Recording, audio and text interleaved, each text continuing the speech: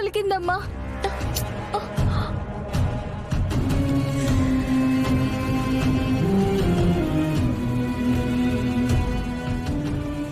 ఏంటమ్మా, చూసుకోవాలి కదా, ఎలా కాలిందో చూడు. నొప్పిగా ఉందా?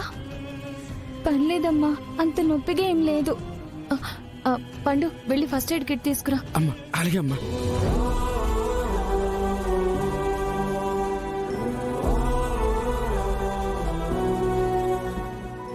ఇటు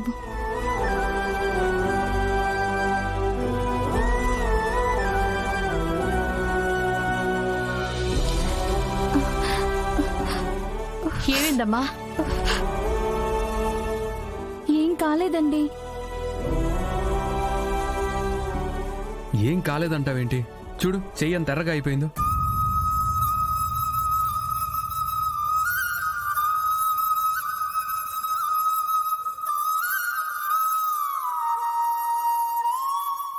డైనింగ్ టేబుల్ మీద వేడి సాంబార్ తీసుకురాబోయి చెయ్యి మీద వేసుకుంది.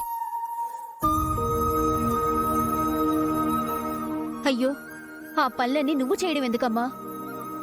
అయినా నువ్వెందుకు పనులు చేస్తున్నావు కావేరి? పనులేమీ చేయకుండా దీన్ని కూడా నెత్తిన పెట్టుకుంటారేమో. నువ్వు వాగమ్మా.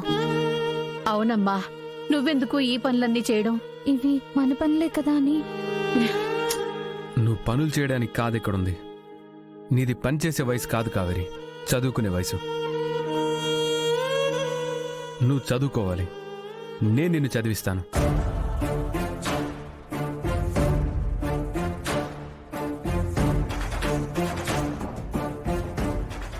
మీకెందుకండి భారం? నీకు సంబంధించినది ఏది భారం కాదు కావేరి, అది నా బాధ్యత. నిన్ను బాగా చూసుకుంటానని మీ అమ్మగారికి మాటిచ్చాను.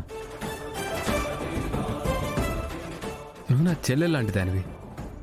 నా చెల్లెలు చేతిలో పుస్తకాలు పట్టుకోవాలి, కానీ ఇలా పనులు చేయకూడదు.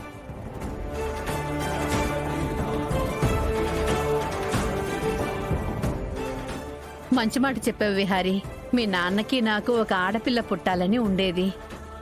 ఆ కొరత కావేరి తీర్చిందని నేను అనుకుంటున్నాను.